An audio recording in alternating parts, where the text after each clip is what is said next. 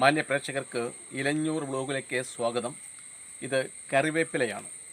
നമ്മളെ കറിവേപ്പ് നടുന്ന ഒരു വീഡിയോ ഇട്ടിരുന്നു. അപ്പോൾ കറിവേപ്പിലയുടെ ഗുണങ്ങളും ഒക്കെ പറയണമെന്നും പറഞ്ഞ് കുറേ ആളുകൾ പറഞ്ഞിരുന്നു. അതുകൊണ്ടാണ് നമ്മളിപ്പോൾ കറിവേപ്പിലയുടെ ഗുണങ്ങൾ പറയാൻ തീരുമാനിച്ചിരിക്കുന്നത്. കറിവേപ്പില എന്ന് പറയുമ്പോൾ നമ്മുടെ നിത്യജീവിതത്തിൽ ഒഴിച്ചുകൂടാനാവാത്ത ഒരു ഇലയാണ് കറിവേപ്പില.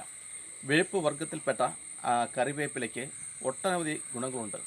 ആര്യവേപ്പ്, മലവേപ്പ്, കറിവേപ്പ്, ഇതാണ് വേപ്പിനത്തിൽപ്പെട്ട സസ്യങ്ങളെന്ന് വെച്ചാൽ. അപ്പം ഈ കറിവേപ്പ് നമ്മൾ സാധാരണഗതിയിൽ പണ്ട് മുതൽ തന്നെ കറികളിൽ കടു പൊട്ടിക്കുമ്പോൾ ഇതിൽ ഏതാനും ഇലകൾ ഊരി കടുവിൻ്റെ കൂടെ ഇട്ട് അത് കടു പൊട്ടുന്നുണ്ടേ അത് കോരി കറികൾക്ക് തൊഴിക്കുക. അങ്ങനെ ആ കറിക്ക് രുചിയും അതുപോലെ തന്നെ സുഗന്ധവും കൂടാൻ വേണ്ടിയാണ് നമ്മൾ ഈ കറിവേപ്പില ഉപയോഗിച്ചിരുന്നത്. പക്ഷേ ഇന്ന് നമ്മൾ മനസ്സിലാക്കിയിരിക്കുന്ന ഒട്ടനവധി കാര്യങ്ങളുണ്ട്. കറിവേപ്പിലയ്ക്ക് നമ്മുടെ ശരീരത്തെ സംരക്ഷിക്കാൻ, നമുക്കുണ്ടാകുന്ന ഒട്ടനവധി വ്യാധികളെ ഇല്ലാതാക്കാൻ കറിവേപ്പിലയ്ക്ക് കഴിയുന്നുണ്ട് എന്നുള്ളതൊരു സത്യം നമ്മളിന്ന് മനസ്സിലാക്കിയിരിക്കുന്നു. അതുകൊണ്ട് തന്നെ കറിവേപ്പിലയെപ്പറ്റി ആധികാരികമായി അറിഞ്ഞിരിക്കേണ്ടത് അത്യാവശ്യമാണ്, മനസ്സിലാക്കേണ്ടതും അത്യാവശ്യമാണ്.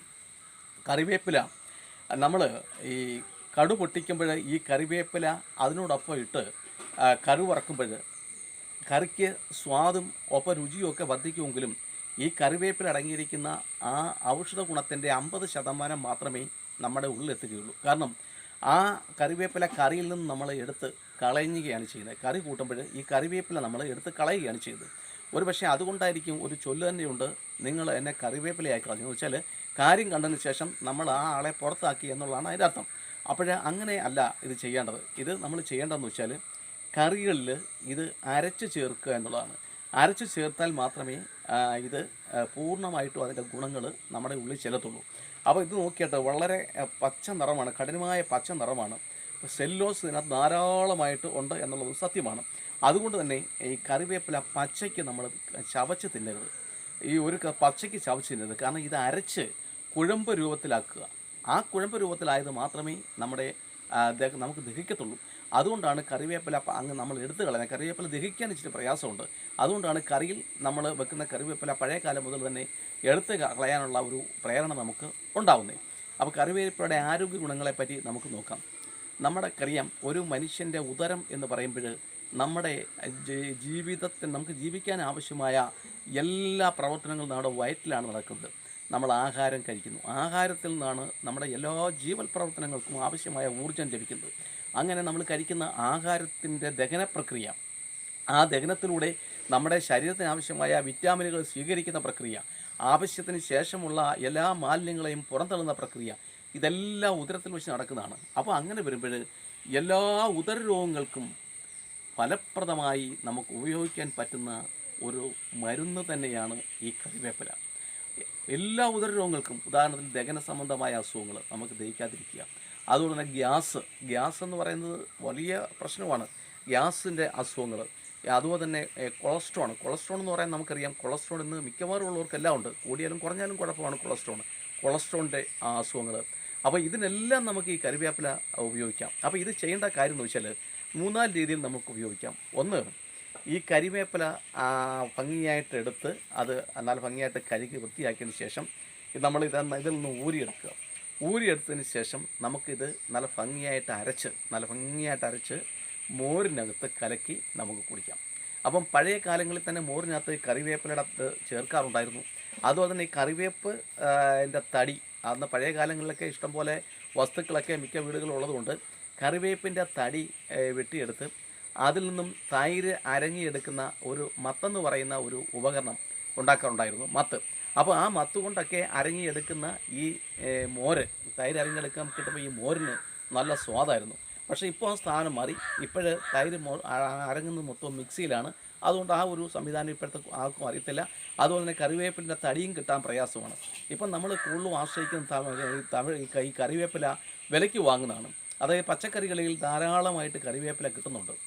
അപ്പോൾ ഇത് തമിഴ്നാട്ടിലും അതുപോലെ തന്നെ ആന്ധ്രയിലും ഒക്കെ കറിവേപ്പ് വ്യാവസായികമായി കൃഷി ചെയ്യുന്നുണ്ട്. വ്യവസായമായി കൃഷി ചെയ്യുമ്പോൾ എന്ന് വെച്ചാൽ അവർ വിൽപ്പനയ്ക്ക് വേണ്ടിയിട്ടാണ്. അപ്പം നമുക്കറിയാവുന്ന ഒരു കാര്യമുണ്ട്, ഏറ്റവും കൂടുതൽ കീടരോഗബാധകൾ ഉണ്ടാകുന്ന ഒരു സസ്യമാണ് ഈ കറിവേപ്പെന്ന് പറഞ്ഞാൽ. അങ്ങനെ വരുന്നുണ്ടെങ്കിൽ ഇതിനെന്ത് ചെയ്യും? നമ്മളൊക്കെയാണെങ്കിൽ നമ്മുടെ വീട്ടിൽ വളർന്ന കറിവേപ്പിന് നമ്മൾ വെളുത്തുള്ളി കഷായമോ അതല്ലെങ്കിൽ വെളുത്തുള്ളിയും പിന്നെ വേപ്പെണ്ണയും കൂടെ മിക്സ് ചെയ്ത് അത് നമ്മൾ ഇതിൻ്റെയൊക്കെ ഇലകളിൽ അടിക്കുകയോ അതല്ലെങ്കിൽ പ്രാണികളെയൊക്കെ പിടിച്ചു കൊല്ലുകയോ ഒക്കെ ചെയ്യുകയാണ്. പക്ഷേ ഇത് വിൽക്കുന്നതിന് വേണ്ടി വളർത്തുമ്പോൾ അവർക്ക് അതിനുള്ള സമയമില്ല. തന്നെയല്ല, ഒരു പക്ഷേ ഏക്കർ കണക്കിന് കറിവേപ്പ് വെച്ച് പിടിപ്പിക്കുമായിരിക്കും. 1 കിലോ ഇലയ്ക്ക് ചിലപ്പം അവർക്ക് ഇടുന്നത് കുറച്ച് വിലയായിരിക്കും. പക്ഷേ നമ്മൾ വാങ്ങിക്കുന്നതിന് കൂടുതൽ വില കൊടുക്കണം. അപ്പോൾ അവരെന്ത് ചെയ്യും? ഈ വിഷം അടിക്കാൻ അവർ ബാധ്യസ്ഥരാകും. അങ്ങനെ വിഷം അടിക്കുന്ന കറിവേപ്പിലയാണ് നമുക്ക് കടകളിൽ വാങ്ങിക്കാൻ കിട്ടുന്നത്. അത് ഗുണത്തേക്കാളേറെ ദോഷം കിട്ടും. പിന്നെ മറ്റൊരു സംഗതിയുള്ളത്, ഇതിൻ്റെ കറിവേപ്പില നോക്കിയിട്ട് ഈ കറിവേപ്പിലയ്ക്ക് ചെറിയ വലിപ്പമേ ഉള്ളൂ. ഈ കറിവേപ്പില ഇത് തനി നാടൻ കറിവേപ്പിലയാണ്. ഒപ്പം ഇത് ചെറുതായിട്ട് ഇതിൻ്റെ ഞെരുടാതെ തന്നെ ഇതിൻ്റെ അടുത്ത് വരുമ്പോൾ തന്നെ നല്ല സുഗന്ധമാണ്. പക്ഷേ നമ്മൾ വാങ്ങിക്കുന്ന കറിവേപ്പിലയ്ക്ക് ഇതിൻ്റെ ഇരട്ടിയോ 2 ഇരട്ടിയോ 3 ഇരട്ടിയോ വലിപ്പമുണ്ട്.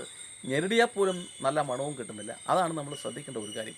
അതുകൊണ്ട് ഒരു കറിവേപ്പ് വെച്ച് പിടിപ്പിക്കുക എന്ന ഒരു മഹത്തായ കാര്യം നമ്മൾ ചെയ്യേണ്ടിയിരിക്കുന്നു. അപ്പോൾ ഞാൻ പറഞ്ഞു വരുന്നത് ഇതിൻ്റെ ആരോഗ്യ ഗുണങ്ങളെ പറ്റിയായിരുന്നു. അപ്പം കൊളസ്ട്രോൾ കുറയുന്നതിന്, ഉദരരോഗങ്ങൾ നശിപ്പിക്കുന്നതിന്, അതുപോലെ തന്നെ ഗ്യാസ് ഇല്ലാതാക്കുന്നതിന്, ഉദരരോഗങ്ങൾക്കെല്ലാത്തിനും ഫലപ്രദമായ ചികിത്സയാണ്. പിന്നെ മറ്റൊരു സംഗതി എന്ന് വെച്ചാൽ ഈ നമ്മുടെ തലമുടി വളരാൻ, സ്ത്രീകൾക്കായാലും പുരുഷന്മാർക്കായാലും തലമുടി വളരാൻ വേണ്ടി എണ്ണ കാച്ചാൻ ശുദ്ധമായ വെളിച്ചെണ്ണയിൽ ഈ കറിവേപ്പിലയും അതുപോലെ തന്നെ ചെമ്പരത്തിപ്പൂവും ഒപ്പം മൈലാഞ്ചിയും ഒക്കെ ഇട്ട് നല്ല ഭംഗിയായിട്ട് എണ്ണ കാച്ചി തേക്കാമെങ്കിൽ മുടിക്ക് നല്ല കറുപ്പും കിട്ടും. ഒപ്പം തലയിലുണ്ടാകുന്ന എല്ലാ പ്രശ്നങ്ങളും മാറും. താരനെ, മുടി കൊഴിച്ചിൽ ഇതൊക്കെ മാറി നല്ല രീതിയിൽ മുടി വളർന്നു വരുന്ന ഒരു അനുഭവം ഉണ്ടാവാറുണ്ട്. പിന്നെ മറ്റൊന്ന് വെച്ചാൽ ഈ തുമ്മൽ അലർജി, അതായത് നമുക്ക് തുമ്മലും മൂക്കൊലിപ്പും ഒക്കെ ഒരു വലിയ പ്രശ്നങ്ങളാണ്. അപ്പോൾ അങ്ങനെയുള്ളവർക്ക് ഇത് ഈ പിന്നെ കറിവേപ്പിലയും പച്ചമഞ്ഞളും കൂടി അരച്ച് ഒരു നെല്ലിക്ക വലുപ്പത്തിൽ രാവിലെ വെറും വയറ്റിൽ കഴിക്കാമെങ്കിൽ ഈ തുമ്മലും അലർജിയും മാറുന്നതായിട്ട് കണ്ടിട്ടുണ്ട്. പിന്നെ മറ്റൊരു ഗുണം എന്ന് വെച്ചാൽ ഈ കറിവേപ്പില അരച്ച് കുഴമ്പ് രൂപത്തിലാക്കി നമ്മുടെ ശരീരത്തിൽ തേച്ച് പിടിപ്പിക്കുകയാണെങ്കിൽ, തേച്ച് പിടിപ്പിച്ച് കുറച്ച് നേരം കഴിഞ്ഞ് കഴുകിക്കളയാലോ കുളിക്കുകയോ വല്ലതും ചെയ്യുകയാണെങ്കിൽ ശരീരത്തെ എല്ലാവിധ മാലിന്യങ്ങളും മാറും, ദുർഗന്ധങ്ങൾ മാറും. ഒപ്പം നമ്മുടെ ശരീരത്തെ പ്രാണികളൊക്കെ കുത്തി ഉണ്ടാകുന്ന ചെറിയ തിണുപ്പുകളും പോറലുകളും ഒക്കെ മാറിക്കിട്ടാൻ ഉത്തമമാണ്. പിന്നെ നമ്മൾ ഈ കറിവേപ്പില വെള്ളം അനത്തി സ്ഥിരമായിട്ട് കറിവേപ്പിലയുടെ ഒരു 7 കതുപ്പ് അടത്തിയെടുത്ത് വെള്ളം അനത്തി കുടിക്കുകയാണെങ്കിൽ നല്ല ദഹനശക്തി ഉണ്ടാവും. അതായത് ആഹാരം ദഹിക്കാനുള്ള കഴിവ് ഉണ്ടാവും. അത് വളരെ ഉത്തമമാണ്. അപ്പോൾ നമുക്കിത് അരച്ച് തൈരിൽ കലക്കി കുടിക്കാം. ഒപ്പം നമുക്ക് ഇത് വെള്ളത്തിൽ തിളപ്പിച്ച് അതിൻ്റെ സത്തിറങ്ങുന്നുണ്ടെങ്കിൽ നമുക്ക് കുടിക്കാൻ സാധിക്കും.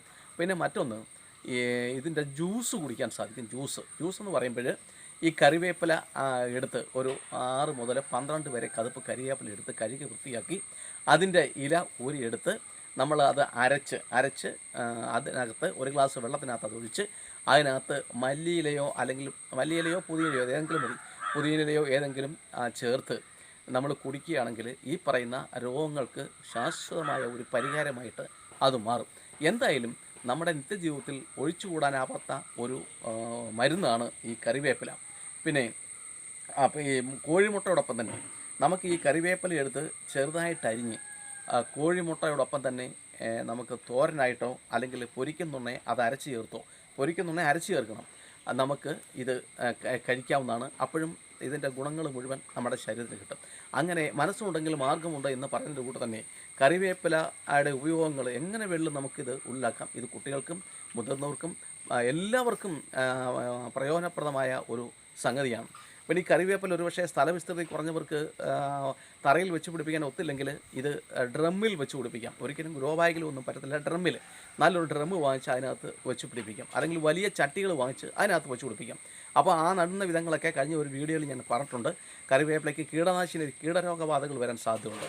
അപ്പോൾ അങ്ങനെ വരുന്നുണ്ടെങ്കിൽ നമ്മൾ കീടരോഗബാധകൾക്കെതിരെ നമ്മൾ ഈ വെളുത്തുള്ളിയും അതുപോലെ തന്നെ ഈ വേപ്പെണ്ണയും ചേർന്ന മിശ്രിതം നമ്മൾ ഇലകളിൽ തളിച്ചു കൊടുക്കണം.